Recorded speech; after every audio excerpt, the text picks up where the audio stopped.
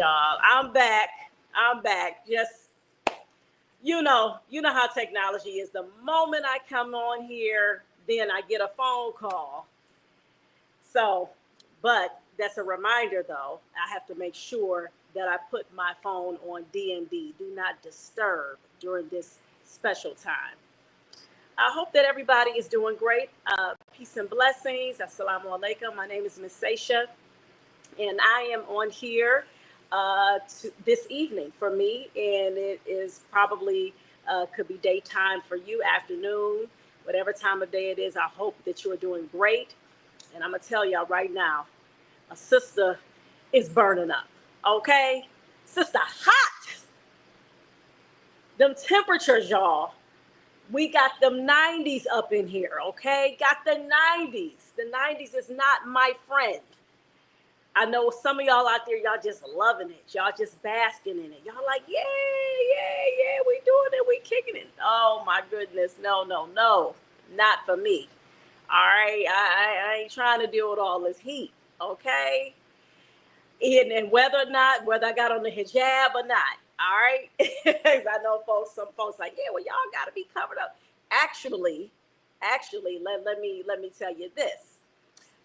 When you are covered, all right, especially if you're wearing like clothes that are more lighter, okay, light in color to reflect the sun, then it actually does keep you cooler, as long as you have on material though that is not thick as well, okay?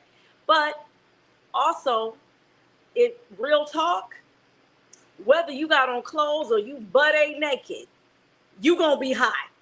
If it's 90 degrees, look, 85 plus, you gonna be hot. All right, so miss me with all that. Well, see, you got on this or whatever, it don't matter.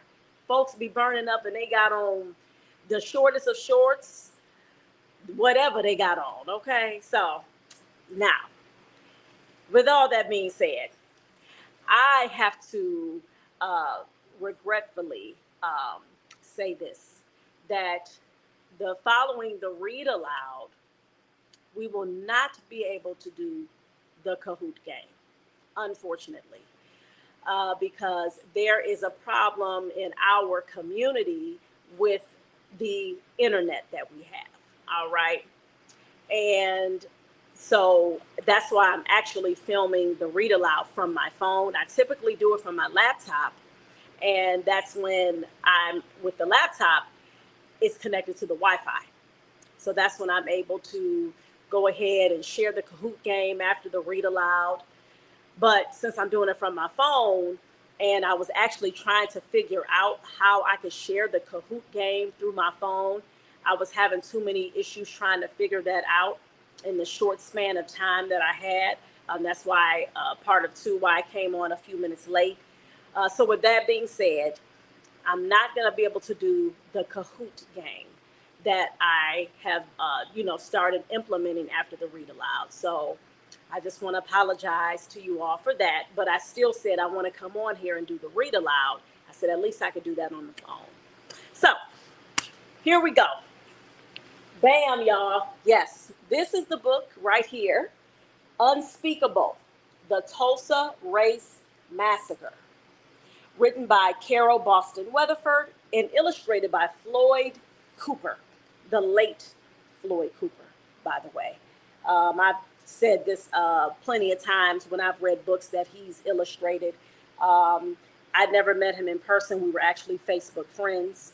And I remember one time I got so giddy because during one of our reading camps, he came and, because we were doing it and we were showing what we were doing on Facebook.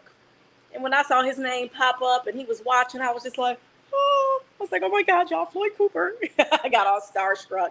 So I remember that. So he definitely appreciated the work that we were doing through ABC Read. But again, unfortunately, he has passed on, but he has left a legacy. All right. He has left something so beautiful, which is his illustrations, his artwork. And he was dedicated to making beautiful pictures that made especially Black people just look just so beautiful and just so real, right? Just an amazing artist. So With that being said, I'm going to take actually this book jacket off because it helps me when I'm holding the book. I don't want to have to keep trying to hold on to it while I'm holding the book. And we are going to get on into this story, all right?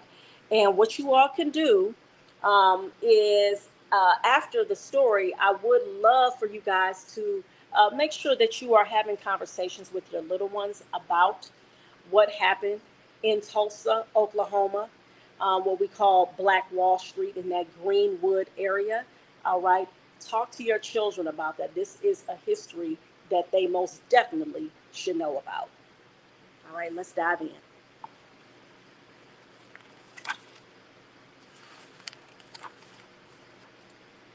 Once upon a time near Tulsa, Oklahoma, prospectors struck it rich in the oil fields. The wealth created jobs, raised buildings, and attracted newcomers from far and wide, seeking fortune and a fresh start.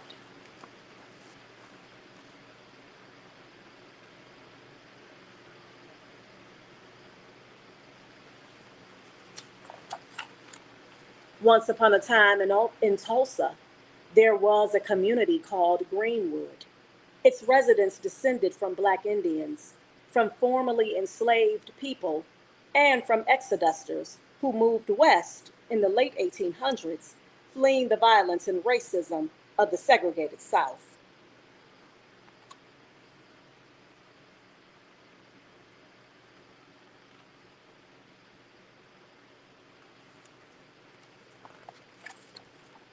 Once upon a time in Greenwood, there were some 10,000 people living in a 35 square block area. Train tracks divided the black and white communities. Segregation laws called for separate neighborhoods, schools, phone booths, and railroad and streetcar coaches. Unfair tests made it hard for blacks to register to vote, and laws barred marriages across racial lines.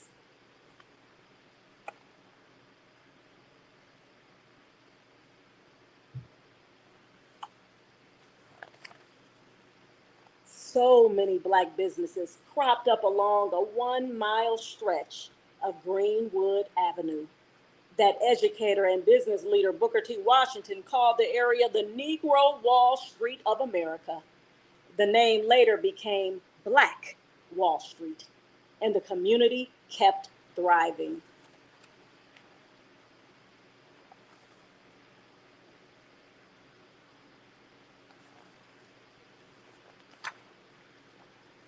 Once upon a time on Black Wall Street, there were dozens of restaurants and grocery stores. There were furriers, a pool hall, a bus system, and an auto shop, nearly 200 businesses in all. There were also several libraries, a hospital, a post office, and a separate school system where some say black children got a better education than whites.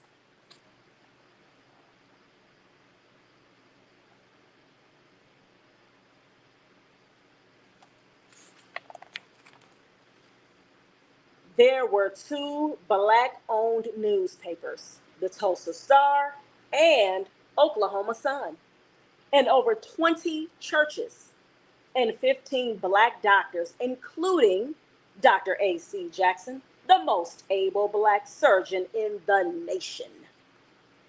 On Detroit Avenue stood grand homes of doctors, lawyers, and prominent businessmen.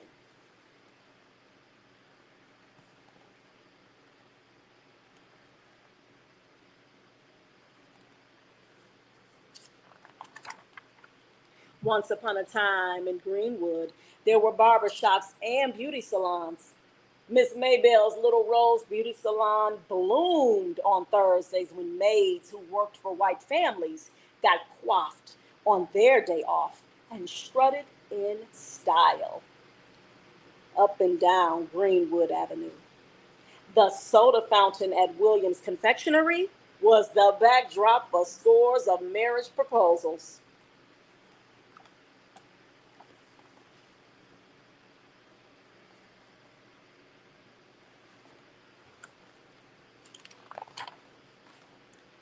And there was the luxurious Stratford Hotel, then the largest Black-owned hotel in the nation. Black guests were welcome there, even as they were barred from Tulsa's white hotels. Once upon a time in Greenwood, there were two movie theaters, including the 800-seat Black-owned Dreamland. There were even 6 privately owned airplanes.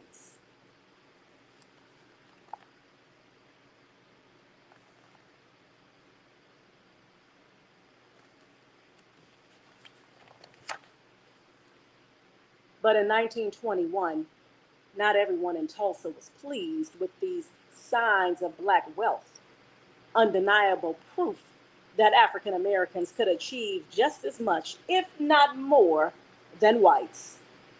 All it took was one elevator ride, one 17-year-old white elevator operator accusing a 19-year-old Black shoeshine man of assault for simmering hatred to boil over.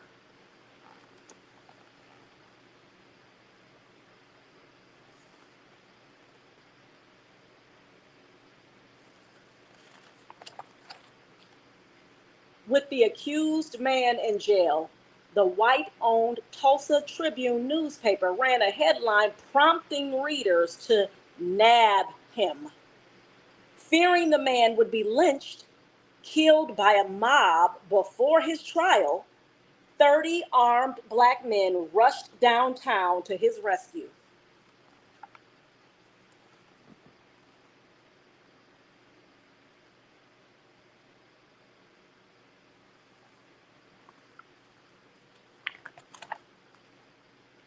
At the jail, they faced off with 2,000 armed whites. On May 31st, 1921, one day after Memorial Day, a holiday honoring fallen soldiers, skirmishes between the two groups left 2 Black men and 10 white men dead. But the worst was yet to come. Unable to get to the jailed suspect, the white mob sparked rumors that the Black community planned to attack.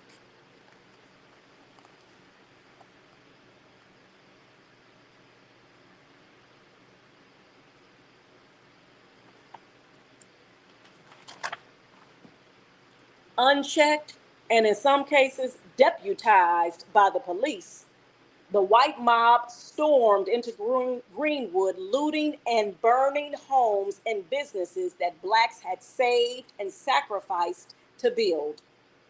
Threatening to shoot, the mob blocked firefighters from putting out the blazes. African American World War I veterans took up arms to defend their families and property, but they were outnumbered and outgunned.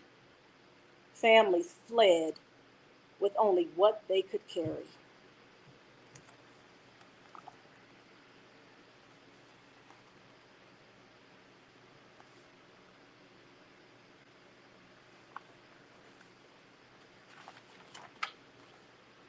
Once upon a time in Greenwood, up to 300 Black people, including Dr. Jackson, were killed. Hundreds more were injured, and more than 8,000 people were left homeless. And hundreds of businesses and other establishments were reduced to ash. The police did nothing to protect the Black community. When the National Guard arrived the next day, all that was left to do was put out fires and move thousands of Black residents into camps outside of Tulsa. As their community lay in ruins, Black residents had to carry passes to enter the city.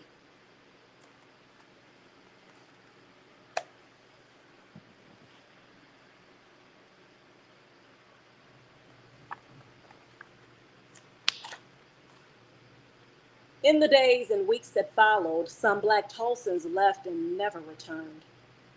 Others stayed and rebuilt the Greenwood community, only to witness its decline in the 1960s. For decades, survivors did not speak of the terror. 75 years passed before lawmakers launched an investigation to uncover the painful truth about the worst racial attack in United States history. Police and city officials had plotted with the white mob to destroy the nation's wealthiest black community.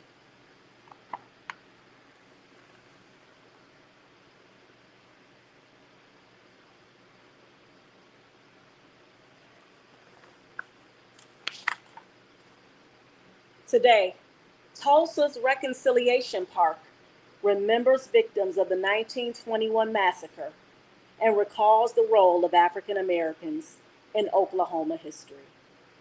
But the park is not just a bronze monument to the past. It is a place to realize the responsibility we all have to reject hatred and violence and to instead choose hope.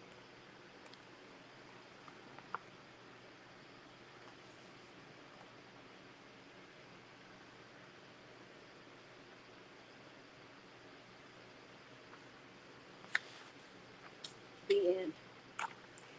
And what I love about the book at the end, it has the author's note, and then it starts, going into the different facts about what happened during this horrific devastation that occurred just because of hatred, jealousy, and envy. That's why Tulsa was destroyed. And this is the illustrator's note as well. If I'm not mistaken, Floyd's family was from Tulsa as well. Yep, yep. His connection goes, he said his connection to the story goes back to his childhood. He grew up in Tulsa and his visits to his grandpa in Muskogee. Yep. And one of the things that, just like it mentioned in the book, how a lot of our ancestors who were inflicted by this horrific event, they did not speak about it at all. And it was like if you started to speak about it, they would hush you up.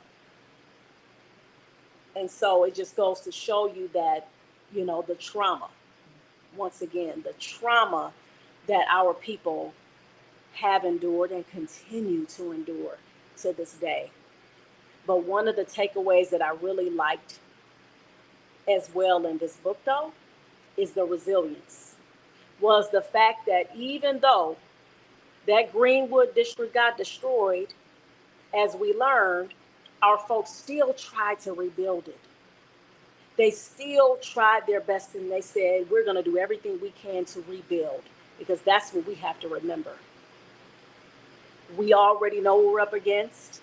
We already know we got folks who love to see our people in a state of distress, always complaining, always sad, always traumatized and terrorized and all of that. But when we understand that, number one, God is in control, and he gave us all hope, a vision, ways to make that vision come to fruition, we have to make sure that we keep building, and we also have to protect, because another important part of this book is that them brothers knew. They said they already was steps ahead. They said, no, we gonna get that young brother out of jail, because we already know how y'all operate. We know how y'all roll. Y'all gonna try to sit up there and lynch him. Y'all want to sit up here and have a trial, convict him, and then lynch him before there is a quote unquote just trial. So that's why they stood up and they said, I don't care. They said, no, we're going to come get our brother. And that right there, and these are the kinds of stories that I love to read, because it's a reminder of how we have to push through that fear, right? We have to push through. We know what we're up against, but still we cannot let it stop us. We have to make sure we're doing everything that we can to still have the mindset of we can have a thriving community. Tulsa was not the only one. There were plenty of black towns where black folks post-slavery, and I put air quotes, right? Because for real, are we really, truly free, okay, in this place? But our folks did everything they could to say, we are going to build communities. We're going to become literate, because it was within, I want to say, probably right after slavery supposedly was over, in 1863. And as we know, we just had Juneteenth, 1865. That was when the rest of our ancestors had found out in Galveston, Texas, that they were free. And so basically after that, the literacy rate of Black folks was, because of course, as we know, Black people were not literate when they were enslaved. Okay. But after post-slavery, that illiteracy rate had went down significantly, because our folks, they always had the desire, that human right to want to read and learn and study and be educated. That was something that was always a part of our culture and our tradition. And that's one of the main reasons why I come on here every week, to show again that we have to make sure we bring back that culture of literacy, that culture of reading, that connection to the books, that connection to conversations. We still need to be having more conversations, right? Whether it's at the dinner table, the breakfast table, whether if you are a mom who you got to work and you're getting your baby up for school and you're trying to get them ready, that's a great time to have conversation with your child as well. It doesn't have to be disorganized, well, it's bedtime or it's, this particular time. Have conversations. Read a story then. If the only time that you got that small window when you're getting your child ready for school, do that. And in fact, I had a conversation with an author who's out of Philly, and she talked about how that was the time she established for her children when they were growing up. She said the time that was good for her was breakfast reading time. So it wasn't the bedtime reading, it was breakfast time reading. Shout out to Sharia Schultz. So we have the ability, and nowadays we ain't got no excuse. Just like right now, you guys are looking at me on YouTube, you guys are looking at me on Facebook. We are utilizing this technology in a great way. And so this is called empowerment. This is what we should be doing. So I'm going to go ahead and end there, because I can go on and on, but I hope that these were valuable gems and nuggets that you can implement. And again, make sure you are being an example as the adult, and making sure that you are reading in front of your child, whether you are listening to a book on audio or whether you are reading a physical copy of a book. They should see you reading. And number two, make sure that your child is reading for at least 30 minutes a day, whether you're reading to them or they have that silent reading time, okay? So with that being said, thank you all again for listening. My name is Miss Sasha. As you all see the ticker at the bottom, that is our Cash App. So if you would please be so kind to donate to our organization, that would be extremely helpful. All right. This is how we're able to get these kinds of books. We've given away these books plenty of time. This particular book right here and others. All right. And I also wanted to draw your attention right here to this book over my right shoulder. Yes, y'all, your girl is an author. Okay. I'm a co-author with 9 other brilliant, phenomenal women. We've come together to share our story.